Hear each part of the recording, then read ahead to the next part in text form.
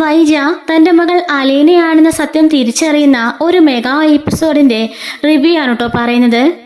അങ്ങനെ വൈജയാണെങ്കിൽ ദേഷ്യം കൊണ്ട് ആകെപ്പാടെ പുകഞ്ഞു നടക്കുകയാണ്.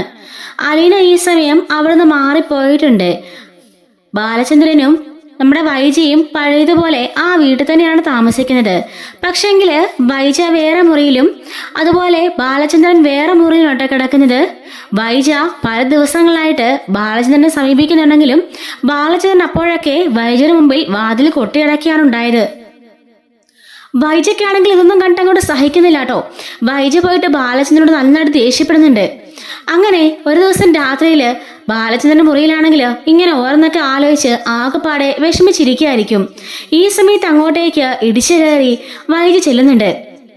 എനിക്ക് ഇന്ന് തന്നെ ഒരു കാര്യം അറിയണം. ഇത്രയും കാലം ആ നശിച്ചവള് ഈ വീട്ടിലുണ്ടായിരുന്നു. അതുകൊണ്ടായിരുന്നു നിങ്ങൾ എന്നെ അവോയ്ഡ് ചെയ്തത്. പക്ഷേ അവളിപ്പോ പോയല്ലോ. വീണ്ടും എന്തിനാ നിങ്ങൾ എന്നെ ഇങ്ങനെ അവോയ്ഡ് ചെയ്യുന്നത്? ഇപ്പോഴും നിങ്ങളുടെ മനസ്സിൽ അവളാണോ എന്ന് ചോദിക്കുമ്പം ബാലചന്ദ്രൻ പറയുന്നുണ്ട്, അതെ, എനിക്ക് നിന്നോട് സംസാരിക്കാൻ തീരെ താല്പര്യമില്ല. മര്യാദയ്ക്ക് ഈ മുറി ഇറങ്ങി പോകുന്നതായിരിക്കും നിനക്ക് നല്ലത്. അപ്പോ അവൾ പറയുന്നുണ്ട്, ഇല്ല, ഞാൻ പോവില്ല. സത്യങ്ങൾ അറിയാതെ ഞാൻ പോവില്ല. എനിക്കറിയണം നിങ്ങളുടെ മനസ്സിൽ ഇപ്പൊ എന്താണെന്ന്. നിങ്ങള് ഒളിഞ്ഞു മറിഞ്ഞുമൊക്കെയായിട്ട് എന്നെ എന്തൊക്കെയോ പറയുന്നുണ്ട്. എനിക്കിപ്പോ തന്നെ അറിയണം എന്റെ സത്യമെന്ന്. അപ്പോഴേക്കും കൃഷ്ണമോള് അങ്ങോട്ടേക്ക് കയറി വരുന്നുണ്ട്. എന്താ ഇവിടെ പ്രശ്നം? വീണ്ടും രണ്ടുപേരും തമ്മിൽ തല്ലായോ? ഇപ്പൊ അലീന ചേച്ചി ഇവിടുന്ന് പോയല്ലോ, പിന്നെ രണ്ടുപേരും പ്രശ്നം. വൈജ പറയാണ്, അവള് തന്നെയാ പ്രശ്നം. അലീന ചേച്ചി, ഇപ്പോഴും നിനക്കൊന്നും അവളെ വിട്ടുവരാൻ പറ്റിയിട്ടില്ലല്ലേ? അത് തന്നെയാ നിന്റെ അച്ഛന്റെ എന്റെ ഇടയിലുള്ള കുഴപ്പം. നിന്റെ അച്ഛനും ഇപ്പോഴും അവളെ മറക്കാൻ പറ്റിയിട്ടില്ല.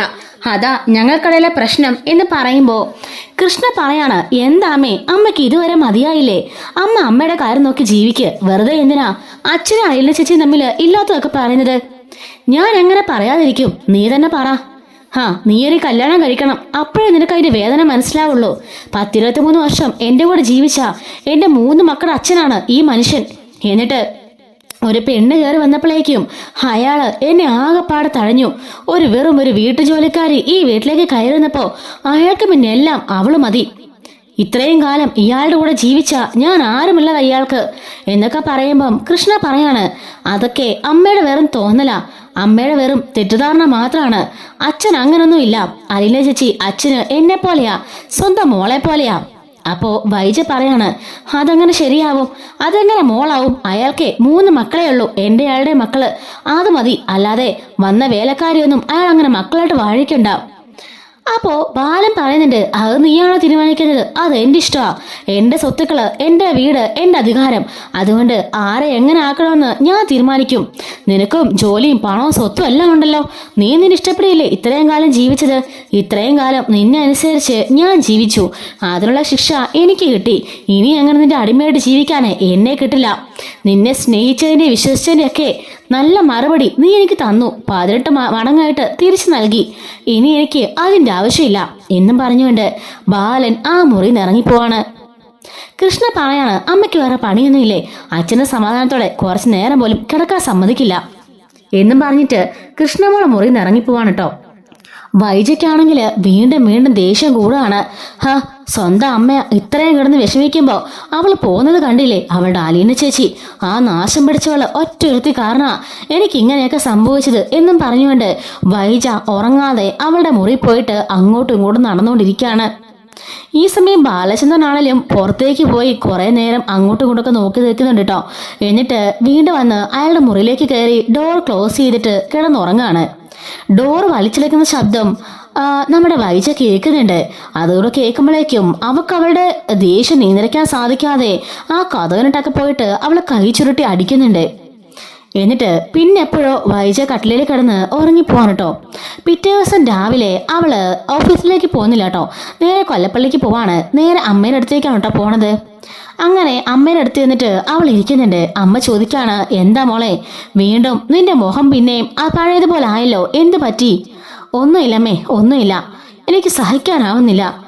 എന്താ മോളെ, അലീന പോയില്ലേ? അലീന അല്ലായിരുന്നോ നിങ്ങളിടയിലെ പ്രശ്നം? ഇപ്പൊ അവൾ ഇവിടുന്ന് പോയില്ലേ? പിന്നെ എന്താ മോക്ക് വിഷയം എന്ന് ചോദിക്കുമ്പം, അമ്മേ, അത് മാത്രമല്ല, അവള് പോയെന്നേ ഉള്ളൂ. പക്ഷെ ഇപ്പോഴും അവളുടെ പ്രസൻസ് അവിടെ ഉണ്ട്. എന്തൊക്കെയാ മോളെ പറഞ്ഞത്? അതേ അമ്മേ, എന്റെ ഭർത്താവിന്റെ മനസ്സിലെ ഇപ്പോഴുള്ളുണ്ട്. അവൾ അവിടുന്ന് പോയെന്ന് വെച്ച് അയാളുടെ മനസ്സിൽ നിന്ന് പോയിട്ടില്ലല്ലോ. കൃഷ്ണമോളാണെങ്കിൽ പോലും അയാൾക്ക് സപ്പോർട്ട് അലീനയ്ക്കും. അതാ എനിക്ക് മനസ്സിലാവാത്തത്. ഞാൻ അവളുടെ അമ്മയല്ലേ? ഒരു തവണ പോലും അവൾ സപ്പോർട്ട് എനിക്ക് സംസാരിക്കുന്നില്ല. ഞാനും അദ്ദേഹവും തമ്മിൽ ഇപ്പോൾ ഒരു സ്നേഹവും ഒരു ബന്ധവും ഇല്ലമ്മേ. കഴിഞ്ഞ 10-23 വർഷമായിട്ട് ഞങ്ങൾ എന്ത് സ്നേഹത്തോടെ കഴിഞ്ഞിരുന്നത്. ഞങ്ങളുടെ 3 മക്കളും ഞങ്ങളും നല്ല അടിപൊളി കുടുംബമായിരുന്നു. സന്തോഷത്തോടെ ഞങ്ങൾ ജീവിച്ചുകൊണ്ടിരുന്നത്. അതിനിടയിലേക്ക് ഒരു വേലക്കാരി കയറി വന്നത്. അവൾ വന്ന പാടെ ആ കുടുംബത്തിന് സമാധാനവും സന്തോഷവും എല്ലാം പോയമ്മേ എന്നൊക്കെ പറയാണ്. മോളെ, ഇപ്പൊ അലീന പോയില്ലേ? നീ നിന്റെ ദേഷ്യവും വാശിയൊക്കെ മാറ്റിവെച്ച് ബാലചന്ദ്രനെ പഴയതുപോലെ സ്നേഹിക്ക്. അവനെ കയ്യിലെടുക്കാൻ ശ്രമിക്ക്. പെണ്ണുങ്ങൾ വിചാരിച്ചാല് നടക്കാത്തായിട്ട് ഒന്നുമില്ല. അമ്മേ, ഞാൻ ശ്രമിക്കാഞ്ഞിട്ടല്ല. ഞാൻ അയാളടുത്ത് സ്നേഹത്തോടെ ചെല്ലാറുണ്ട്. പക്ഷേ എന്റെ മുഖത്തേക്ക് വാതിൽ കൊട്ടിയടയ്ക്കുക. അമ്മയ്ക്കറിയോ, ഞങ്ങളിപ്പോ 2 മുറിയിലാ കഴിയുന്നത്. കുറെ മാസങ്ങളായിട്ട് അങ്ങനെ തന്നെയാ. അപ്പൊ അമ്മ ചോദിക്കാണ്, അല്ല ഇതുവരേക്കും അതിനൊരു മാറ്റം ഉണ്ടായില്ലേ? ഇല്ല അമ്മേ, ഒരു മാറ്റവും ഉണ്ടായിട്ടില്ല. ഞാൻ അയാളുടെ അടുത്തേക്ക് പോകുമ്പോൾ പോലും അയാൾ അവിടെ നിന്ന് ദേഷ്യപ്പെട്ട് ഇറങ്ങി പോവാണ്. ഒരു പട്ടിയെ കാണുന്ന പോലെയാ അയാൾ എന്നെ കാണുന്നത്. ഇത്രമാത്രം അയാളുടെ മനസ്സിൽ ആ അലീന സ്വാധീനം ചെലുത്തി എന്നുള്ളതല്ലേ അമ്മ അതിന് കാരണം. അവളെ പോലൊരു പെണ്ണ് അയാളുടെ മനസ്സിലുള്ളപ്പോൾ പിന്നെ എങ്ങനെയാ അയാൾ എൻ്റെ അടുത്തേക്ക് വരുന്നത് എന്ന് പറയുമ്പോൾ അമ്മ പറയാണ്, മോളെ നീ ഇത് മാറ്റിയെടുക്കണം. അല്ലാതെ ഒരു രക്ഷയില്ല. അവൾ നിന്റെ ഭർത്താവാണ്. എപ്പോഴും നമ്മുടെ കൈപ്പിടിയില് നമ്മുടെ ഭർത്താവിനെ വെക്കണം. ആ അലീനാനെ അവിടെ കൊണ്ടുവന്നതാണ് ഏറ്റവും വലിയ പ്രശ്നം. എങ്ങനെയെങ്കിലും അലീനാനെ അയാളുടെ മനസ്സിൽ നിന്ന് മാറ്റിക്കളയണം എന്നൊക്കെ അമ്മ പറഞ്ഞു കൊടുക്കാണ്. വൈജ പറയുന്നുണ്ട്, ഞാൻ ശ്രമിക്കുന്നുണ്ടമ്മേ, പക്ഷെങ്കില് പറ്റുന്നില്ല. വല്ലാത്തൊരു മാനസികാവസ്ഥ. അപ്പോഴായിരിക്കും അവിടെ ഡോറിന് കോളിംഗ് ബെൽ അടിക്കുന്ന കേട്ടോ. വൈജ പോയി നോക്കുമ്പോൾ അച്ഛന്റെ വക്കീലായിരിക്കും അവിടെ വന്നിട്ടുണ്ടാവുക. വക്കീല് അമ്മയുടെ അടുത്തേക്ക് വന്നിരിക്കുന്നുണ്ട്. അത് പിന്നെ കുറെ കാലം കൊണ്ട് അദ്ദേഹം എന്നെ കുറെ ഫയൽസും കുറെ പ്രോപ്പർട്ടിയൊക്കെ ഏൽപ്പിച്ചിരുന്നു. കുറെ വിൽപത്രങ്ങളും അങ്ങനെ കുറെ കാര്യങ്ങളൊക്കെ തന്നിട്ടുണ്ട്. അതെല്ലാം തന്നെ ഞാനൊരു ഇതിൽ സൂക്ഷിച്ചിരിക്കുകയായിരുന്നു. അദ്ദേഹത്തിന്റെ സ്ഥലത്തിന് ഈയിടെ കുറെ പേരൊന്ന് വില ചോദിച്ചപ്പോഴാണ് ഞാൻ ആ ഒരു സ്ഥലത്തിനെ കുറിച്ച് ഓർക്കുന്നത് കൂടെ. നിങ്ങൾക്കൊക്കെ തന്നതിന് കൂടാതെ വേറെയും കുറെ സ്ഥലം അദ്ദേഹത്തിന്റെ പേരിലുണ്ട്. ടൗണില് കുറെ സ്ഥലമുണ്ട്, കുറെ ഏക്കർ കണക്കിന് സ്ഥലമുണ്ട്. അതെല്ലാം അദ്ദേഹം മറ്റാരുടെ പേരില് വിൽപത്രം ആക്കിയിട്ടുണ്ട്. അപ്പോ അമ്മ ചോദിക്കാണ്, മറ്റേ വേറെ പേരിലോ? വേറെ ആരുടെ പേരിലാ? ഇവർ 4 മക്കളല്ലേ ഉള്ളൂ. ഈ 4 മക്കളുടെ പേരിലല്ലേ അദ്ദേഹം വിൽപത്രം തയ്യാറാക്കേണ്ടത്? അതൊന്നും എന്നോട് ചോദിക്കണ്ട. അദ്ദേഹം പറഞ്ഞു, ഞാൻ അനുസരിച്ചു. ഇതെല്ലാം അദ്ദേഹത്തിന്റെ പേരിലുള്ള ഒരു ലോക്കറിലാക്കി ഞാൻ വെച്ചിരിക്കുകയായിരുന്നു. മരണശേഷം മാത്രമേ ഇത് മക്കളുടെ കയ്യിൽ എത്താവുള്ളെന്നാണ് അദ്ദേഹം എന്നോട് പറഞ്ഞത്. അതും പ്രത്യേകിച്ച് പറഞ്ഞു, വൈജയുടെ കയ്യിൽ വേണം ഇത് കൊടുക്കാനെന്ന്.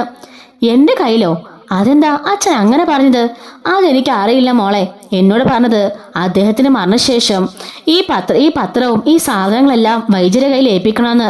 അദ്ദേഹം കിടപ്പിലായ ആ സമയത്താ എന്നെ കൊണ്ട് ഈ വിൽപ്പത്രമൊക്കെ തയ്യാറാക്കിച്ചത്. എത്രയും പെട്ടെന്ന് അത് മറ്റാരുടെ കയ്യിൽ എത്തിക്കരുതെന്നും എന്നോട് പ്രത്യേകം പറഞ്ഞു. അതുകൊണ്ടാ വൈജുമോള് ഇവിടെ വന്നിട്ടുണ്ടെന്ന് അറിഞ്ഞപ്പോൾ തന്നെ ഞാൻ ഇങ്ങോട്ടേക്ക് വന്നത്. അങ്ങനെ പറഞ്ഞിട്ട് വൈദ്യരുടെ കയ്യില് ഈ പത്രവും കൊടുത്തിട്ട് വക്കീൽ അവിടെ നിന്ന് പോവാണ്.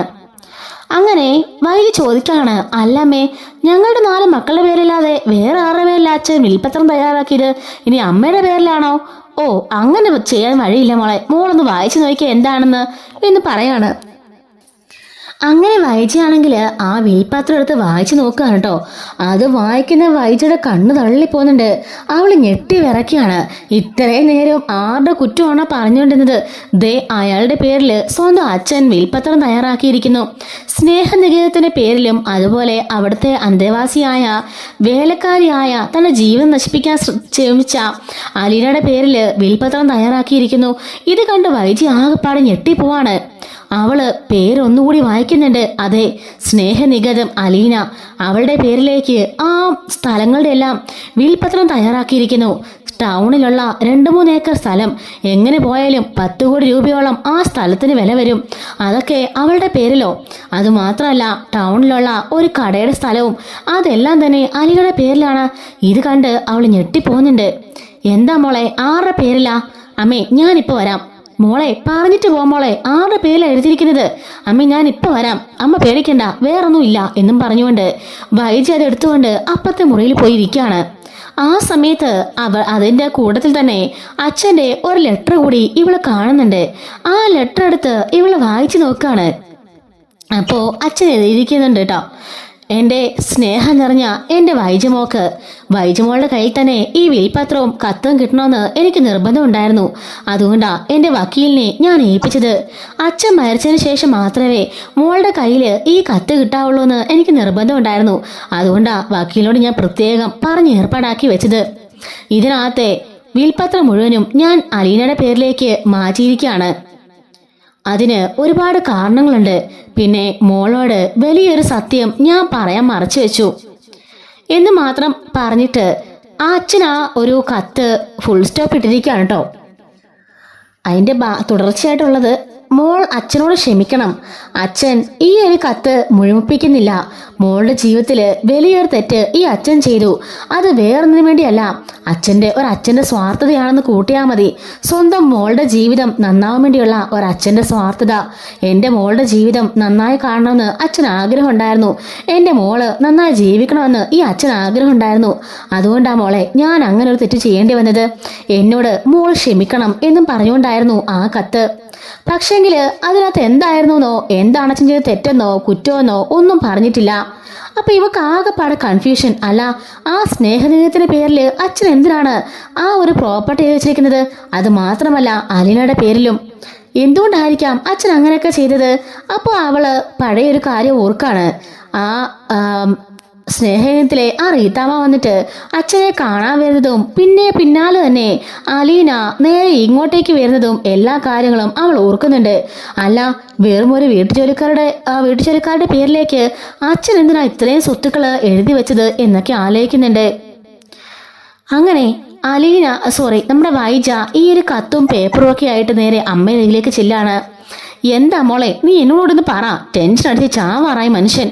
അമ്മേ, അത് പിന്നെ സ്നേഹനികതയില്ലേ, അന്നൊരു റീത്ത മേഡം ഇവിടെ വന്നിരുന്നില്ലേ? അവരുടെ പേരിലും ഈ അലീനയുടെ പേരിലുമാണ് അച്ഛൻ സ്വത്തുക്കൾ എഴുതി വെച്ചിരിക്കുന്നത്. എന്ത്, അലീനയുടെ പേരിലോ? അവളുടെ പേരിൽ എന്തിനാ അദ്ദേഹം സ്വത്തുക്കൾ എഴുതി വെച്ചത്? എനിക്കറിയില്ലമ്മേ. എന്തൊക്കെ ഇവർ കാണിച്ചു കൂട്ടുന്നത്? ഈ അലീന കുറെ മാസങ്ങളായിട്ട് നമ്മളേക്കിട്ട് വട്ടുതട്ടുകയാണല്ലോ ഈ പെണ്ണ്. അതാമ്മ എനിക്ക് മനസ്സിലാവാത്തത്. അമ്മ നോക്കിക്കേ, ടൗണില് ഇതുവരെ ഞാനോ ഏട്ടന്മാരോ ഒന്നും അറിയാത്ത ഏകദേശം 2-3 ഏക്കർ സ്ഥലം, 10 കോടി രൂപ വാല്യൂ ഉണ്ട് ഇപ്പം അതിന്. അതാ അലിയുടെ പേര് കയറി വെച്ചിരിക്കുന്നത്. അത് മാത്രമല്ല അച്ഛൻ്റെ അക്കൗണ്ടിൽ ഫിക്സ്ഡ് ഡെപ്പോസിറ്റ് ആയിട്ടുള്ളതാ ഈ ഒരു 50 ലക്ഷം രൂപയുടെ ചെക്കാണ് ആ ഒരു സ്നേഹനികേതത്തിലേക്ക് അച്ഛൻ എഴുതി കൊടുത്തിരിക്കുന്നത്. അതിന് അത്രയും വാലിഡിറ്റി ഉണ്ട്. അതെല്ലാം അദ്ദേഹത്തിന് ഏൽപ്പിച്ചിരിക്കുകയായിരുന്നു. ഈ കത്ത് ഞാൻ തന്നെ വായിക്കണമെന്നും അദ്ദേഹത്തിന് നിർബന്ധമുണ്ട്. അമ്മേ, അത് മാത്രമല്ല അച്ഛൻ്റെ കത്തില് മറ്റൊരു കാര്യം കൂടിയുണ്ട്. എന്താ മോളെ? അത് പിന്നെ അച്ഛൻ മരിച്ചതിന് ശേഷം മാത്രമേ ഈ കത്തിൻ്റെ കയ്യിൽ കിട്ടാവുള്ളൂന്നും, അത് പ്രത്യേകിച്ച് എൻ്റെ കയ്യിൽ മാത്രം കിട്ടണമെന്നും, പിന്നെ എന്നോട് അച്ഛൻ എന്തോ വലിയ തെറ്റ് ചെയ്തെന്ന് അച്ഛൻ പറയണത്. തെറ്റ് ചെയ്തെന്നോ? എന്ത് തെറ്റ്? അറിയില്ലമ്മേ. എന്തോ എൻ്റെ ജീവിതം നന്നാവാൻ വേണ്ടി ഏതച്ഛനും ചെയ്യുന്ന തെറ്റ് ഞാൻ ചെയ്തുള്ളൂ എന്നൊക്കെയാ അച്ഛൻ പറയണത്. എന്താണെന്നും എനിക്ക് മനസ്സിലാവുന്നില്ലമ്മേ. എനിക്ക് ആകെപ്പാടെ വട്ട് പിടിക്കുന്നു. വീട്ടിൽ ചെന്ന അലീന, ഇവിടെ വന്ന അലീന, മരിച്ചുപോയ അച്ഛൻ പോലും അലീനയെക്കുറിച്ച് സംസാരിക്കുന്നത് എന്നൊക്കെ പറഞ്ഞ് അവൾ പൊട്ടിക്കരയാണ്. അപ്പോഴേക്കും വൈജി ചോദിക്കുന്നുണ്ട്, അമ്മേ, ഇനി അച്ഛന് തെറ്റെങ്ങാനും പറ്റി കാണോ? ഈ അലീന നമ്മുടെ അച്ഛൻ്റെ മകളായിരിക്കോ? ഏയ്, അങ്ങനൊന്നും വരാൻ ഒരു വഴിയില്ല വൈജേ. നീ അങ്ങനൊന്നും ചിന്തിക്കണ്ട. അല്ലമ്മേ, ഒരു 10-22 വർഷം മുമ്പ് ഇപ്പൊ അലീനയ്ക്ക് എങ്ങനെ പോയാലും ആ ഒരു പ്രായം കാണില്ലേ? അങ്ങനെ നോക്കുമ്പം അച്ഛൻ്റെ കുഞ്ഞുമെല്ലാം ആവാനാണോ ചാൻസ് എന്ന് പറയുമ്പം അമ്മ പറയുന്നുണ്ട്, എന്തൊക്കെയാ വൈജി നീ പറഞ്ഞത്? അത് നിന്റെ അച്ഛനാ. അദ്ദേഹത്തിന് അങ്ങനെ ഒരു ബന്ധം ഉണ്ടായിരുന്നില്ല, അത് എനിക്ക് ഉറപ്പാ. അല്ല, അലീനയ്ക്ക് എത്ര വയസ്സുണ്ടെന്ന് നീ പറഞ്ഞത്? ഒരു 10-23 വയസ്സ് കാണും. ആ സമയത്തല്ലായിരുന്നോ നിന്റെ കല്യാണം എന്ന് ചോദിക്കാണ്. അതെ, എൻ്റെ കല്യാണം ആ സമയത്തായിരുന്നല്ലോ എന്നൊക്കെ പറയുമ്പോഴേക്കും വൈജയും അതുപോലെ തന്നെ അമ്മയും എന്തൊക്കെയോ ആലോചിക്കുന്നുണ്ട്. വൈജ, ഞാൻ ഇപ്പോൾ വരാമെന്നും പറഞ്ഞിട്ട് ആ ഫയലും ആ സാധനം എല്ലാം എടുത്തുകൊണ്ട് അപ്പോൾ തന്നെ അവിടെ നിന്ന് ഇറങ്ങാണ്. മോളെ വൈജെ, നീ എങ്ങോട്ടായി പോണത്? മോളെ വൈജെ എന്ന് വിളിക്കുമ്പോഴേക്കും വൈജ ഒന്നും മിണ്ടാതെ വണ്ടി എടുത്തുകൊണ്ട് അവിടുന്ന് പോവാൻ കേട്ടോ. അവൾ നേരെ പോണത് സ്നേഹനികേതത്തിലേക്കാണ്. അവിടെ ചെല്ലുന്നുണ്ട്. അവിടെ ചെല്ലുമ്പോൾ ഇപ്പോൾ അവിടെ ഓർഫനേജ് ഇല്ലല്ലോ, പകരമായിട്ട് അവിടെ ഒരു സ്കൂളാണ് നടത്തുന്നത്. അവിടെ കുറെ കന്യാസ്ത്രീകളാണ് കേട്ടോ ഇപ്പോൾ റൺ ചെയ്ത് പോണത്. അങ്ങോട്ടേക്ക് ചെന്നിട്ട് വൈജ പഴയ കാര്യങ്ങളെ പറ്റിയൊക്കെ അന്വേഷിക്കുകയാണ്. എന്നിട്ട് അലീനയെ കുറിച്ച് ചോദിക്കുന്നുണ്ട്. അലീനയോ? ആ കുട്ടി നല്ലൊരു കുട്ടിയാ, നല്ലൊരു മനസ്സിനുടമയാ. റീത്ത മേഡത്തിൻ്റെയും ഞങ്ങളുടെ എല്ലാം കണ്ണിലുണ്ണിയായിരുന്നു ഞങ്ങളുടെ അലീന മോള്. പക്ഷേ എന്തു ചെയ്യാനാ, ആ കുട്ടിയുടെയൊക്കെ വിധി ഇങ്ങനെ ആയിപ്പോയില്ലേ. അലീന മോള്, അതുപോലെ തന്നെ ഞങ്ങളുടെ രേവതിക്കുട്ടി, ഞങ്ങളുടെ ചിന്നുമോള് എല്ലാം ഞങ്ങളുടെ പ്രിയപ്പെട്ടതായിരുന്നു. റീത്ത മേഡം പോയതോടുകൂടി എല്ലാം അവസാനിച്ചു. അപ്പോൾ വൈജ പറയുന്നുണ്ട്, അലീന കാരണം ഞങ്ങളുടെ വീട്ടിലത്തെ പ്രശ്നങ്ങളൊന്നുമില്ല. ഞങ്ങളുടെ തറവാട് ഇപ്പോൾ കുട്ടിച്ചോറാക്കിയിരിക്കാം. നിങ്ങൾ എന്തൊക്കെയാണ് പറഞ്ഞത്? അലിനെ കുറിച്ചാണോ നിങ്ങൾ ഇങ്ങനെയൊക്കെ പറഞ്ഞത്? ഒരിക്കലും അവളെക്കുറിച്ച് അങ്ങനൊന്നും പറയാൻ പാടില്ല. അലീന മോളെ നിങ്ങൾക്കറിയില്ല, അവളെ പവിഴമാണ്, പവിഴം. ഞങ്ങളുടെയൊക്കെ മനസ്സ്, ഞങ്ങളുടെയൊക്കെ ഏറ്റവും പ്രിയപ്പെട്ട കുട്ടിയാ അത്. ഒരിക്കലും അവൾ അങ്ങനെ ചെയ്യില്ല എന്നൊക്കെ പറയുന്നുണ്ട്. അപ്പോ വൈജ പറയുന്നുണ്ട്, അല്ല എൻ്റെ അച്ഛൻ കുഞ്ഞിരാമേനോട് നിങ്ങൾക്ക് അറിയാവോ എന്ന് ചോദിക്കുമ്പം അവര് പറയുന്നുണ്ട്, അയ്യോ സോറി, ഞങ്ങൾക്ക് അതൊന്നും അറിയില്ല. ഇവിടുത്തെ കാര്യങ്ങൾ ഡീറ്റെയിൽസ് എല്ലാം തന്നെ റീത്ത മേഡത്തിന് മാത്രമേ അറിയുള്ളൂ. മേഡം ഇപ്പോൾ മരിച്ചു പോയല്ലോ, ഞങ്ങൾക്ക് അതിനെക്കുറിച്ചൊന്നും ഒരറിവുമില്ല. അവരൊക്കെ ഉണ്ടാക്കി വെച്ച പ്രസ്ഥാനം ഞങ്ങൾ നടത്തിക്കൊണ്ട് പോന്നു, അത്രേ ഉള്ളൂ എന്ന് പറയുമ്പോഴേക്കും വൈജ ആ ചെക്ക് എടുത്ത് കൊടുക്കാണ്. ഈ ചെക്ക് എൻ്റെ അച്ഛൻ ഈ സ്നേഹനികേതത്തിന്റെ പേരിലേക്ക് എഴുതി വെച്ചിരുന്നതാ. ഇത് ഇങ്ങോട്ട് കേൾപ്പിക്കാനും കൂടിയാണ് ഞാൻ വന്നത്. അപ്പോഴേക്കും ആ സിസ്റ്റർ അത് സ്നേഹത്തോടെ മേടിക്കുന്നുണ്ട്.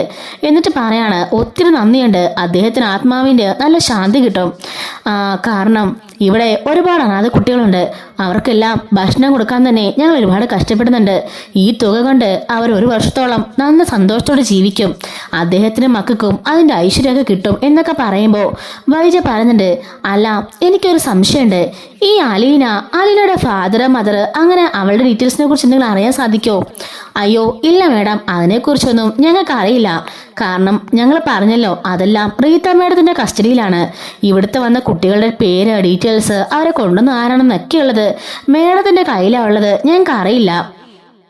അല്ല അലീനെ എന്നാ എങ്ങോട്ട് കൊണ്ടുവന്നതെന്നും എന്താ അവളുടെ ഡീറ്റെയിൽസ് എന്നും അങ്ങനെ എന്തെങ്കിലും അറിയാൻ സാധിക്കുമോ? അപ്പോൾ ആ സിസ്റ്റർ പറയുന്നുണ്ട്, ഞങ്ങളൊന്ന് ചെക്ക് ചെയ്ത് നോക്കട്ടെ. റീത്ത മേഡത്തിന്റെ പഴയ കുറെ ഫയൽസ് ഒക്കെ ഇവിടെ ഇരിപ്പുണ്ട്. ആരെങ്കിലുമൊക്കെ ഇതുപോലെ അന്വേഷിച്ചു വന്നാലേ ഞങ്ങളത് കണ്ടുപിടിക്കാൻ വേണ്ടിയിട്ട് ഇവിടെ സൂക്ഷിച്ചിരിക്കുന്നതാ. മേഡത്തിന്റെ ഡയറിയും മേഡത്തിന്റെ പഴയ കുറെ പുസ്തകങ്ങളും അതുപോലെ കുറെ ഫയൽസും കാര്യങ്ങളും എല്ലാം ഞങ്ങൾ സൂക്ഷിച്ചു വെച്ചിട്ടുണ്ട് എന്ന് പറയാൻ കേട്ടോ. അങ്ങനെ വൈജ ഇവിടെ കാത്തിരിക്കുന്നുണ്ട്. സിസ്റ്റേഴ്സ് പോയിട്ട് ആ ഒരു ഫയൽസും കാര്യങ്ങളെല്ലാം എടുത്തോണ്ട് വരാൻ കേട്ടോ. അങ്ങനെ എടുത്തോണ്ട് വന്നിട്ട് ആ അലീനയെ കുറിച്ചുള്ള ഫയൽസ് ഒക്കെ തപ്പി നോക്കുകയാണ്. ദാ മേഡം, അലീനെ കുറിച്ചുള്ള ഒരു ഫയൽ കിട്ടിയിട്ടുണ്ട്. ഇവിടെ ഓരോരുത്തരുടെ പേരിലും ഓരോ ഫയൽസ് ഒക്കെ ഉണ്ട്. പക്ഷേ അങ്ങനെയുള്ള ഡീറ്റെയിൽസ് ഒന്നും ഇല്ല. കാരണം പകുതി റീത്ത മേഡത്തിന്റെ മനസ്സിലായിരുന്നല്ലോ ഞങ്ങൾക്ക് അതിനെക്കുറിച്ചൊന്നും അറിയില്ല എന്ന് പറയുമ്പോഴേക്കും നമ്മുടെ വൈജ ആ ഫയൽ മേടിച്ച് നോക്കുകയാണ്. അതിനകത്ത് നമ്മുടെ റീത്ത മേഡം എഴുതിയിരിക്കുകയാണ്, ഒരു ദിവസം ഒരു ആള് എൻ്റെ അരികിലേക്ക് ഒരു മാലാഖ കുട്ടിയെ കൊണ്ട് വന്നു. അവളെ കണ്ടപ്പോൾ തന്നെ എൻ്റെ മനസ്സിൽ ഒരുപാട് സന്തോഷമായി. അദ്ദേഹം എനിക്ക് ഒരുപാട് പണവും നൽകി. ആ പണം ഞാൻ നിരസിച്ചപ്പോൾ ആ കുട്ടിയുടെ ജീവിതത്തിനും അവിടെയുള്ള കുറേ അനാഥ കുട്ടികൾക്കും വേണ്ടിയാണെന്ന് പറഞ്ഞുകൊണ്ട് മാത്രം ഞാൻ ആ പണം സ്വീകരിച്ചു. എനിക്ക് എൻ്റെ അലീന മോളെ എൻ്റെ ദൈവമായിട്ട് കൂടെ തന്നതാണ്, എൻ്റെ സ്വന്തം മോളാണ് എൻ്റെ അലീന മോളെന്നൊക്കെ പറഞ്ഞുകൊണ്ട് ഇങ്ങനെ മനസ്സിലുള്ള കാര്യങ്ങളെല്ലാം നമ്മുടെ റീത്താമ്മയുടെ എഴുതിയിട്ടുണ്ട് കേട്ടോ. തൊട്ട് താഴെയായിട്ട് അലീനെ കൊണ്ടുവന്ന ദിവസം സമയം എല്ലാം എഴുതി വെച്ചിരിക്കുകയാണ്. നോക്കുന്ന നമ്മുടെ വൈജ ഞെട്ടിപ്പോകുന്നുണ്ട്. അലീനയുടെ വൈജ എപ്പോഴാണോ പ്രസവിച്ചത് അതിനുശേഷം കൃത്യം 1 മണിക്കൂറിന് ശേഷമാണ് അതേ ഡേറ്റിൽ അതേ സമയത്തിൽ അലീനനെ അവിടെ കൊണ്ട് ഏൽപ്പിച്ചിരിക്കുന്നത്. ഇതൊരു കാണുമ്പോഴേക്കും വൈജ ഞെട്ടിപ്പോകുന്നുണ്ട്. ആരാണ് കൊണ്ട് ഏൽപ്പിച്ചത് താഴെ എഴുതിയിരിക്കുമ്പം ദാ കാണുന്നു നമ്മുടെ അലീനയുടെ അച്ഛൻ്റെ പേര്. അദ്ദേഹത്തിന്റെ കയ്യിൽ നിന്നാണ് ഞാൻ ആ കുഞ്ഞിനെ സ്വീകരിച്ചത്. അദ്ദേഹം അന്ന് ഒരുപാട് കരഞ്ഞ് അവശനായ നിലയിലായിരുന്നു. അദ്ദേഹത്തിന്റെ മകൾക്ക് അന്നൊരു അബദ്ധം പറ്റിപ്പോയി. ഒരിക്കലും അവരുടെ മോളുടെ ജീവിതത്തിൽ ആ കുട്ടി ഒരു ഭാരമാവാൻ പാടില്ല. ആ കുട്ടി കാരണം അവരുടെ മകളുടെ ജീവിതത്തിന് ഒരു കേടുപാട് സംഭവിക്കാൻ പാടില്ലെന്ന് പറഞ്ഞാണ് അന്ന് ആ പൊടിക്കുഞ്ഞിനെ അയാൾ എൻ്റെ കയ്യിലേക്ക് ഏൽപ്പിച്ചത്. അമ്മയുടെ മുലപ്പാൽ രുചി എന്താണെന്ന് പോലും ആ കുഞ്ഞ് അന്ന് അറിഞ്ഞിട്ടുണ്ടായിരുന്നില്ല. ഇവിടെ കൊണ്ടുവന്ന് ഇനി എനിക്ക് എൻ്റെ മാലാഖയെ പോലെ അവളെ നോക്കണം. അവൾക്ക് ഞാൻ അപ്പോൾ തന്നെ ഒരു പേരിട്ടു, അലീന എന്നിങ്ങനെ എഴുതി നിർത്തിയിരിക്കുകയാണ് കേട്ടോ നമ്മുടെ റീത്ത മേഡം. ഇത് കണ്ട് കണ്ണീരൊഴുക്കുകയാണ് നമ്മുടെ വൈജ. ആ പേപ്പറിലേക്ക് അവളുടെ കണ്ണുനീരിങ്ങനെ ധാരധാരായിട്ട് ഒഴുകുന്നുണ്ട് കേട്ടോ. ഈ ഫയല് കണ്ടിട്ട് അവൾ ഞെട്ടി വിറച്ച് പോവാണ്. ഈ ഫയല് സിസ്റ്റർമാരുടെ കയ്യിലേക്ക് അവൾ തിരിച്ചു കൊടുക്കുന്നുണ്ട്. എന്താ മേഡം, നിങ്ങൾക്ക് ആവശ്യമുള്ളതെല്ലാം കിട്ടിയോ? കിട്ടി എന്നും പറഞ്ഞുകൊണ്ട് ഞാൻ പോവാണെന്നും പറഞ്ഞിട്ട് അവിടുന്ന് പോകുന്നുണ്ട്. അപ്പോഴേക്കും വൈദ്യ തിരികെ വിളിച്ചിട്ട് അവർ പറയുന്നുണ്ട്, നിങ്ങൾ വിചാരിക്കുന്ന പോലെ ഒന്നുമല്ല, അലീന മോളെ പാവമാണ്. അവൾ ഒരിക്കലും ആരെ ഉപദ്രവിക്കില്ല. അത്ര നല്ല മനസ്സിനുടമയാ. അവളെ പ്രസവിച്ചപ്പോൾ തന്നെ ഇവിടെ കൊണ്ടുവന്ന് ഉപേക്ഷിച്ചിട്ട് പോയതാ.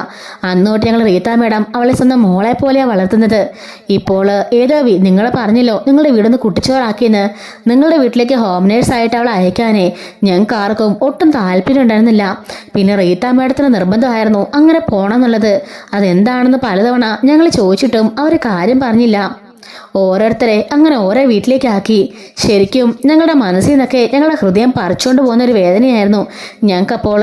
പക്ഷേ ഇപ്പോൾ ചിന്നുമോളും അതുപോലെ നമ്മുടെ രേവതിക്കുട്ടിയും ബാക്കി എല്ലാവരും സന്തോഷമുണ്ടെന്ന് അറിഞ്ഞപ്പോൾ ഞങ്ങൾക്ക് ഒത്തിരി സന്തോഷമായി എന്നൊക്കെ പറയുന്നു കേട്ടോ.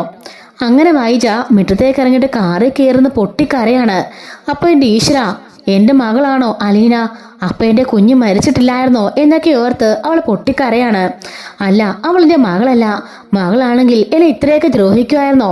അപ്പോൾ സത്യങ്ങളൊക്കെ അവർക്കറിയായിരുന്നല്ലേ? റീത്ത മേഡം അതിനായിരുന്നോ ലാസ്റ്റായിട്ട് എൻ്റെ അച്ഛനെ കാണാൻ വന്നത്? അച്ഛനെ കാണാമെന്ന് സത്യങ്ങൾ പറഞ്ഞുകൊണ്ടായിരിക്കുമോ എൻ്റെ അച്ഛൻ അവളുടെ പേരിലേക്ക് സ്വത്തുക്കളെല്ലാം മാറ്റിവെച്ചത്, എൻ്റെ വീട്ടിലേക്ക് അവളെ കൊണ്ടുവന്നത്? അമ്മയുടെ അരികിൽ തന്നെ ഇനിയുള്ള കാലം ജീവിക്കണമെന്ന് കരുതി കാണുമോ?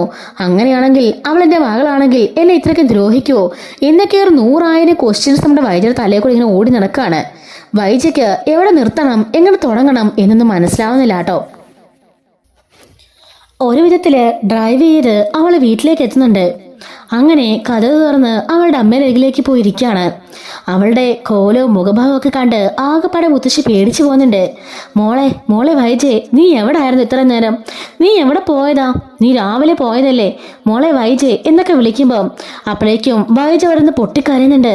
മോളെ വൈജേ, നിനക്ക് എന്താ പറ്റിയത്? എടി ഇങ്ങോട്ട് നോക്ക്, നീ എന്തിനാ കരയുന്നത് എന്നൊക്കെ പറയുമ്പോഴേക്കും അമ്മേ, ആ അലീന അവളെന്നെ ഇത്രയൊക്കെ ദ്രോഹിച്ചില്ലേ? അവളല്ലേ എന്നെ കൂടുതൽ മാനസികമായിട്ട് ദ്രോഹിച്ചത്. അതേലോ, അത് നമുക്കറിയാലോ. പിന്നെ അവളുടെ പേരിൽ എന്തിനായിരിക്കും അച്ഛൻ സ്വത്ത് ചോദിച്ചത് അതിനുമ്പോൾ എനിക്ക് മനസ്സിലാവാത്തത്? അമ്മേ, അത് പിന്നെ ഞാനിപ്പോൾ സ്നേഹനികേതത്തിലേക്ക് പോയിരുന്നു. സ്നേഹനികേതത്തിലേക്കോ? എന്തിന്? അത് എൻ്റെ സംശയങ്ങൾ ക്ലിയർ ആക്കാൻ വേണ്ടിയിട്ട്. അച്ഛൻ പറഞ്ഞല്ലോ, അച്ഛൻ എന്നെ ചതിച്ചു. എന്നെ ഒരു തവണ എൻ്റെ ജീവിതത്തിന് വേണ്ടിയിട്ട് അച്ഛൻ എന്നെ ചതിച്ചു എന്നൊക്കെ. അതെന്താണെന്നറിയാൻ ഞാൻ അവിടെ ചെന്നിരുന്നു. ഞാൻ പ്രസവിച്ച ദിവസവും ഡേറ്റും ആ ഡേറ്റിൽ ആ സ്നേഹനിധിയിലേക്ക് ഒരു പെൺകുഞ്ഞിനെ അവിടെ കൊണ്ടുപോയിട്ടുണ്ട്. മോൾ എന്താ മോളെ പറഞ്ഞത്? അതെ അമ്മേ, ഞാൻ പ്രസവിച്ച 1 മണിക്കൂറിനകം ആ സ്നേഹനിധിയിലേക്ക് ഒരു കുഞ്ഞിനെയും കൊണ്ട് നമ്മുടെ അച്ഛൻ പോയിട്ടുണ്ട്. ആ കുഞ്ഞിനെ അവിടുത്തെ റീത്ത മേഡത്തിന്റെ കയ്യിൽ അവർ ഏൽപ്പിക്കുകയും ചെയ്തു. ആ നിമിഷം അച്ഛൻ കുറെ പണം അവരുടെ കൊടുത്തെങ്കിലും അവരത് മേടിച്ചില്ല. പക്ഷേ കുഞ്ഞിന്റെ ഭാവി ജീവിതത്തിന് വേണ്ടിയിട്ട് അവർ ആ പണം മേടിക്കുകയായിരുന്നു. അത് മാത്രമല്ല, അന്ന് ആ നിമിഷം തന്നെ ആ റീത്ത മേഡം അവളുടെ ചെവിയിൽ അവൾക്കൊരു പേര് വിട്ടു, അലീന. മോൾ എന്തായി പറഞ്ഞത്? അലീനയോ? ഞെട്ടി വിറച്ചുകൊണ്ട് ആ മുത്തശ്ശി ചോദിക്കാണ്. അതേ അമ്മേ, അലീന. നമ്മുടെ അച്ഛൻ കൊണ്ട് കൊടുത്ത കുഞ്ഞിന് ആ റീത്തമ്മയുടെ പേരാണ് അലീന. അവരവളെ പൊന്നുപോലെ വളർത്തി. അമ്മയുടെ മുലപ്പാലിന് രുചി എന്താണെന്ന് പോലും ആ കുഞ്ഞ് അറിഞ്ഞിട്ടില്ലെന്ന് അവരതിൽ എഴുതി വെച്ചിട്ടുണ്ട്. അവളെക്കുറിച്ചുള്ള എല്ലാ കാര്യങ്ങളും അവൾ ഇതിൽ എഴുതി വെച്ചു. പക്ഷേ അമ്മ അച്ഛനും ആരെന്ന് മാത്രം അവൾ എഴുതിയില്ല. പക്ഷേ അത് നമുക്ക് ഊഹിക്കാനേ ഉള്ളൂ. എൻ്റെ അച്ഛൻ കൊണ്ടുകൊടുത്ത ആ കുഞ്ഞ് എൻ്റെ അമ്മേ, എൻ്റെ കുഞ്ഞ് മരിച്ചു പോയെന്ന് നമ്മുടെ അച്ഛൻ പറഞ്ഞത് കള്ളവാമേ എന്നൊക്കെ പറഞ്ഞ് പൊട്ടിക്കരയുന്നുണ്ട്. മോളെ, മോൾ എന്തൊക്കെയാ പറഞ്ഞത്? അത് സത്യമാണോ? അമ്മേ, സത്യം തന്നെയാണ്. അല്ലെങ്കിൽ അലീനയുടെ പേരിലേക്ക് അച്ഛന് സ്വത്തുക്കളൊന്നും മാറ്റി വെക്കില്ലല്ലോ. നമുക്കതറിയാലോ. അച്ഛൻ മരിക്കുന്നതിന് കുറച്ചു ദിവസം മുമ്പേ ആ റീത്തമ്മയുടെ വന്നത് അമ്മ ഓർക്കുന്നുണ്ടോ? ഈ കാര്യങ്ങളെ പറ്റിയൊക്കെ പറയാനാ അവര് വന്നത്. അതുകൊണ്ടാ അദ്ദേഹം ആ സ്വത്തുക്കളെല്ലാം അപ്പോൾ തന്നെ അവരുടെ പേരിലേക്ക് ആക്കിയത്. അലീന തന്നെയാമേ എന്റെ മകൾ എന്നും പറഞ്ഞ് അവിടുന്ന് വിങ്ങിപ്പൊട്ടി കരയാണ്. അപ്പോ ബാലചന്ദ്രനോ? അമ്മേ, എന്റെ ബലമായ സംശയം ബാലേട്ടൻ ഈ സത്യങ്ങളെല്ലാം അറിഞ്ഞെന്നുള്ളതാ. മോളെ, അതെ അമ്മേ, പലതവണ അദ്ദേഹം എന്നോട് പറഞ്ഞു, നീ എന്നെ ചതിച്ചു, 22 വർഷം മുമ്പ് എന്നെ ചതിച്ചു തരാൻ ആലോചിക്ക് എന്നൊക്കെ അമ്മ പലതവണ അതിനോട് അദ്ദേഹം പറയാറുണ്ട്. ഒരുപക്ഷെ അലീനന്റെ മകളാണെന്ന് അദ്ദേഹം അറിഞ്ഞു കാണുമോ അമ്മേ എന്നൊക്കെ ചോദിക്കാണ്. മോളെ, അത് പിന്നെ എനിക്കൊന്നും മനസ്സിലാവുന്നില്ല മോളെ. ഇതിപ്പോ നമ്മൾ ആരോട് ചോദിക്കും, എങ്ങനെ മനസ്സിലാക്കും എന്നൊക്കെ ഓർക്കാണ്. അപ്പോൾ അന്ന് അച്ഛൻ്റെ സുഹൃത്തായിരുന്ന ഒരാളായിരുന്നല്ലോ നമ്മുടെ ഈ അച്ഛനെ കൂട്ടുനിന്നതും സഹായിച്ചതും എല്ലാ കാര്യങ്ങളും ചെയ്തത്. അപ്പോൾ മുത്തശ്ശി പറയാണ്, അദ്ദേഹത്തോട് ചോദിച്ചാൽ സത്യങ്ങളെല്ലാം നമുക്കറിയായിരിക്കും എന്നും പറഞ്ഞുകൊണ്ട് മുത്തശ്ശി അപ്പോൾ തന്നെ അദ്ദേഹത്തെ വിളിച്ച് വീട്ടിലേക്ക് വരുത്തുന്നുണ്ട്. അവിടെ വൈദ്യർ ഇരിപ്പും മട്ടും ഭാവമൊക്കെ കണ്ട് അദ്ദേഹം ആകെപ്പാടെ ഒന്ന് പേടിക്കുന്നുണ്ട്. അല്ല, വൈദ്യമോൾക്ക് എന്ത് പറ്റി, എന്താ പ്രശ്നം എന്ന് ചോദിക്കാണ്. അപ്പോഴേക്കും മുത്തശ്ശി പറയുന്നുണ്ട്, ഇതുപോലൊക്കെയായിരുന്നു സംഭവങ്ങൾ. അദ്ദേഹം അവളുടെ പേരിലേക്ക് സ്വത്തുക്കൾ കൈമാറി. അതുപോലെ തന്നെ ഇവൾ എവിടെ പോയി അന്വേഷിച്ചു. അപ്പോൾ ഈ ഡീറ്റെയിൽസ് ഒക്കെ കിട്ടി. അന്ന് അദ്ദേഹത്തിന് ഏറ്റവും ഉറ്റ സുഹൃത്ത് നിങ്ങളായിരുന്നു. ഭാര്യയായ എന്നോട് പോലും ഈ കാര്യങ്ങളൊന്നും പറഞ്ഞിട്ടില്ല. ആ വൈദ്യരെ കുഞ്ഞ് മരിച്ചു പോയെന്നാ അദ്ദേഹം എന്നോട് ഒന്ന് പറഞ്ഞത്. എനിക്കറിയണം, അന്ന് ഇവളുടെ കുഞ്ഞ് മരിച്ചു പോയോ, അത് അലീനയാണോ എന്നൊക്കെ ചോദിക്കുമ്പം അദ്ദേഹം ഒരു സെക്കൻഡ് മുഖം താഴ്ത്തി ഇരുത്താണ്. പറ മാമ, സത്യം എന്താണെന്ന് പറയണം. അച്ഛനെ ഉറ്റ സുഹൃത്തായിരുന്നില്ല നിങ്ങള്. എൻ്റെ അച്ഛനെ പോലെ നിങ്ങളെ ഞാൻ കാണുന്നത്. എനിക്ക് സത്യം അറിയണം എന്നൊക്കെ പറയുമ്പം അദ്ദേഹം ഒരു നിമിഷം മൗനത്തോടെ ഇരിക്കുകയാണ്. എന്നിട്ട് പറയുന്നുണ്ട്, മോള് അന്വേഷിച്ച കാര്യങ്ങളെല്ലാം സത്യമാണ്. ഇത് കേട്ടപാടെ അമ്മയും മകളും ഒന്ന് ഞെട്ടുന്നുണ്ട്. അദ്ദേഹം പറയാണ്, അന്ന് മോക്ക് ജനിച്ച കുഞ്ഞ് മരിച്ചിട്ടില്ലായിരുന്നു. അത് ഒരു പെൺകുഞ്ഞായിരുന്നു. ആ കുഞ്ഞ് നിന്റെ കൂടെ ഉണ്ടെങ്കിൽ നിന്റെ ജീവിതം നശിക്കുമെന്ന് അദ്ദേഹത്തിന് ഭയങ്കര പേടിയായിരുന്നു. മോൾക്ക് നല്ലൊരു ജീവിതം വേണം, നല്ലൊരു കുടുംബജീവിതം വേണമെന്ന് അദ്ദേഹം ഒത്തിരി ആഗ്രഹിച്ചു. ലാളിച്ചം കാരണം മോളുടെ ജീവിതം നശിച്ചു പോയില്ലേ, അതോർത്ത് അദ്ദേഹത്തിന് ഭയങ്കര മാനസിക ബുദ്ധിമുട്ടായിരുന്നു. ആ കുഞ്ഞിനെയും കൊണ്ട് ഞാനും അദ്ദേഹം കൂടിയാണ് അന്ന് ആ സ്നേഹനികേതത്തിലേക്ക് പോയതും. റീത്ത മേഡം അന്ന് ഒരു ചെറുപ്പമായിരുന്നു. അവരുടെ കയ്യിലേക്ക് ആ കുഞ്ഞിനെ കൊടുത്തതും അദ്ദേഹം അവരെ പൊന്നുപോലെ നോക്കിയത്. അലീന എന്ന് അവൾക്ക് പേര് നൽകി എന്നൊക്കെ പറയുന്നുണ്ട്. അദ്ദേഹം മരിക്കുന്നതിന് കുറച്ചു ദിവസം മുമ്പാ റീത്ത മേഡം അദ്ദേഹത്തെ കാണാൻ വന്നതും അലീനയുടെ കാര്യങ്ങൾ പറഞ്ഞതും ആ റീത്ത മേഡത്തിന് വയ്യാന്ന് പറഞ്ഞതും എത്രയും പെട്ടെന്ന് താൻ മരിക്കാൻ പോവാണെന്നും ആ കുട്ടിനെ ഏറ്റെടുക്കണമെന്നൊക്കെ പറഞ്ഞു വന്നത്. അദ്ദേഹം അപ്പോൾ തന്നെ മാനസികമായി തകർന്നു പോവായിരുന്നു. അങ്ങനെയാണ് അലീനയുടെ പേരിലേക്ക് ഈ സ്വത്തുക്കളെല്ലാം മാറ്റിയത്. ഒരിക്കലും വൈജമോളോ മറ്റാരും ഈ കാര്യങ്ങളൊന്നും അറിയാൻ പാടില്ലെന്നും അതുമാത്രമല്ല ഒരിക്കലും ബാലചന്ദ്രൻ അറിഞ്ഞ് നിങ്ങളുടെ ജീവൻ തകരാൻ പാടില്ലെന്നും അദ്ദേഹത്തിന് നിർബന്ധം ഉണ്ടായിരുന്നു. അതുകൊണ്ടാ അദ്ദേഹം പോലും ഒരു നോക്ക് പോലും ആ കുഞ്ഞിനെ കാണാൻ പോവാതിരുന്നത് എന്നൊക്കെ പറയാണ്. ഇത് കേട്ട് വൈജ പൊട്ടിക്കരയുന്നുണ്ട് കേട്ടോ. എങ്കിലും എല്ലാരും കൂടി എന്തിനാ എൻ്റെ കുഞ്ഞിനെ എൻ്റെ അടുത്തുനിന്ന് അകറ്റിയത്? എൻ്റെ ചൂടേറ്റ് എൻ്റെ മുലപ്പാൽ കുടിച്ച് വളരേണ്ട കുഞ്ഞല്ലായിരുന്നോ എൻ്റെ മോള്? എന്നിട്ട് ഒന്നുമില്ലാതെ ഒരു അനാഥാലയത്തിൽ എൻ്റെ മോള് വളർന്നില്ലേ? ഇത്രയും സുഖവും സൗന്ദര്യവും സൗകര്യവും സമ്പത്തും ഒക്കെ ഉള്ളപ്പോൾ ഒരു അനാഥയെ പോലെ ജോലികളും ചെയ്ത് വീട്ടുജോലിയും ചെയ്ത് അവൾ കഷ്ടപ്പെട്ടില്ലേ എന്നൊക്കെ ചോദിച്ച് പൊട്ടിക്കരയുന്നുണ്ട്. അപ്പോൾ അയാൾ പറയുന്നുണ്ട്, മോളെ ഒരിക്കലും ഈ കാര്യം കാരണം മോളുടെ ജീവിതം തകരരുന്ന് അദ്ദേഹത്തിന് നിർബന്ധം ഉണ്ടായിരുന്നു. മോളുടെ നല്ല ഭാവിക്ക് വേണ്ടിയാ അച്ഛൻ അങ്ങനെ ചെയ്തത്. അദ്ദേഹത്തെ ഒരിക്കലും മോള് വെറുക്കരുത്. മോളുടെ ഭാവി മാത്രമേ അദ്ദേഹം അന്ന് മുന്നിൽ കണ്ടുള്ളൂ. മോള് നന്നായിട്ട് ജീവിക്കണം, അതിനുവേണ്ടിയാ അച്ഛൻ ഇങ്ങനൊരു കാര്യം ചെയ്തത് എന്നൊക്കെ പറയാണ്. മുത്തശ്ശിയും വൈജയും പൊട്ടിക്കരയാണ്. വൈജ പറയുന്നുണ്ട്, അമ്മേ എൻ്റെ മോളെ എനിക്കിപ്പൊ കാണണം. മോളെ അത് വേണോ? അലീനെക്കുറിച്ച് നീ അറിഞ്ഞെന്ന് ആരെങ്കിലും അറിഞ്ഞാൽ പിന്നെ എല്ലാം അവസാനിച്ചു. ബാലചന്ദ്രൻ അറിഞ്ഞാലോ? അപ്പോ അദ്ദേഹം പറയാണ്, അതെ, ബാലനൊരിക്കലൊന്നും അറിയാൻ പാടില്ല. അപ്പോഴേക്കും വൈജ പറയാണ്, അദ്ദേഹത്തിന് അതൊക്കെ അറിയുമോന്ന് എനിക്ക് നല്ല സംശയമുണ്ട്. എല്ലാം അറിഞ്ഞിട്ടാണോ സംസാരിക്കുന്നതെന്നും എനിക്ക് തോന്നുന്നുണ്ട്. അലീന വന്ന് കുറച്ച് ദിവസങ്ങൾക്കകം തന്നെ അദ്ദേഹത്തിന് ഈ മാറ്റം ഉണ്ടായത്. അന്നോട്ട് അദ്ദേഹത്തിന് എന്നോട് വെറുപ്പാണ്. എപ്പോഴും ഞാൻ ചതിച്ചു എന്നാണ് അദ്ദേഹം പറയാറ് എന്നൊക്കെ പറയാണ്. അപ്പോ അദ്ദേഹം പറയാണ്, ഈ കാര്യങ്ങളെല്ലാം ഒരിക്കലും അറിയിക്കരുതെന്ന് എന്നോട് പറഞ്ഞിട്ടുണ്ടായിരുന്നു നിന്റെ അച്ഛൻ. പക്ഷെങ്കില് നീ എല്ലാ തെളിവുകളും ചെന്ന് ചോദിക്കുമ്പോ പിന്നെ എനിക്കൊന്നും പറയാതിരിക്കാൻ സാധിക്കില്ല. ഇനിയിപ്പോ നിന്റെ മകളാണ് അലീന. നിന്റെ ജീവിതം തീരുമാനം നിന്റെ കയ്യിലാണുള്ളത്. നിനക്ക് ഇത്രയും പ്രായം പക്വതയൊക്കെ ആയല്ലോ, അതുകൊണ്ട് ഇനി നിന്റെ കാര്യങ്ങൾ നീ തീരുമാനിക്ക് എന്നും പറഞ്ഞിട്ട് അദ്ദേഹം അവിടുന്ന് തിരികെ പോവാണ്. വൈജിയാണെങ്കിൽ അമ്മയുടെ കാലെ പോയി കെട്ടിപ്പിടിച്ചിരുന്ന് കരയുന്നുണ്ട്. അമ്മേ, എൻ്റെ മോളെ എൻ്റെ കൃഷ്ണമോളെയും എൻ്റെ മോളെയും മോനെയൊക്കെ ഞാൻ എൻ്റെ സ്നേഹത്തോടെ അവരെ പാല് കൊടുത്ത് വളർത്തിയത്. പക്ഷെങ്കിൽ എൻ്റെ അലീന മോളെ മാത്രം വളർത്താൻ എനിക്ക് സാധിച്ചില്ലല്ലോ അമ്മേ. അവിടെ പോയി കിടന്ന് അവൾ നരയിക്കുകയായിരുന്നു എന്നൊക്കെ പറഞ്ഞുകൊണ്ട് അവിടെ പെടുന്ന് പൊട്ടിക്കരയാണ്. അപ്പോഴേക്കും മുത്തശ്ശി പറയുന്നുണ്ട്, വൈജേ, നിന്റെ ഈ സ്നേഹമൊക്കെ നീ മനസ്സിൽ വെച്ചാൽ മതി. അല്ല, നീ അത് അലീനോട് കാണിക്കരുത്. നിന്റെ മകളാണ് അലീനെന്ന് ആർക്ക് സംശയം തോന്നിക്കരുത്. നിന്റെ ജീവിതം തന്നെ അത് ആപത്തിലാക്കും എന്നൊക്കെ പറയുമ്പോൾ അമ്മ എന്തമ്മ പറഞ്ഞത്? 10-22 വർഷമായിട്ട് എൻ്റെ മോള് എൻ്റെ കൂടെയില്ല. കുറെ മാസങ്ങളായിട്ട് എൻ്റെ മുമ്പിലുണ്ടെന്നപ്പോഴും അവളെ ഞാൻ തിരിച്ചറിഞ്ഞില്ല. ഇനിയെങ്കിലും എൻ്റെ മോളെ ഞാൻ മാറോട് ചേർത്ത് പിടിക്കണ്ടാമേ എന്നൊക്കെ ചോദിക്കാണ്. മുത്തശ്ശിക്കും പറയാൻ വാക്കുകളൊന്നുമില്ല കേട്ടോ. ഇല്ല, ആരെന്ത് പറഞ്ഞാലും ഞാൻ സമ്മതിക്കില്ല. എനിക്കെൻ്റെ മോളെ കാണണം, എനിക്കെൻ്റെ മോളെ വേണം. അവളെ ഒന്ന് കെട്ടിപ്പിടിച്ച് എനിക്ക് അവളോട് സോറി പറയണം, എനിക്ക് ക്ഷമ ചോദിക്കണം എന്നൊക്കെ പറഞ്ഞുകൊണ്ട് വൈജ അവിടെ നിന്ന് ഇറങ്ങിപ്പോവാണ്. ഇത് കണ്ട മുത്തശ്ശിക്ക് മഹാകപ്പാൽ ടെൻഷനാണ്. അപ്പോൾ എൻ്റെ പേരക്കുട്ടിയാണോ എൻ്റെ അലീന മോള്? ഈശ്വര, വന്ന് കയറിയപ്പോൾ അവളെ എന്ത് പൊന്നു പോലെ നോക്കിയത്. ഇടക്കാലം കൊണ്ട് ഞാൻ അവളെ വെറുത്തു പോയാലും ഈശ്വര എന്നൊക്കെ മുത്തശ്ശി ഓർത്തുകൊണ്ടിരിക്കുകയാണ് കേട്ടോ. അപ്പോൾ വൈജ അലീനെ പോയി കണ്ടുമുട്ടുന്നതും അവളോട് ഈ സത്യങ്ങളെല്ലാം തുറന്നു പറഞ്ഞ് മാപ്പ് പറഞ്ഞു വെക്കാറുള്ളൊരു സീനുണ്ട്.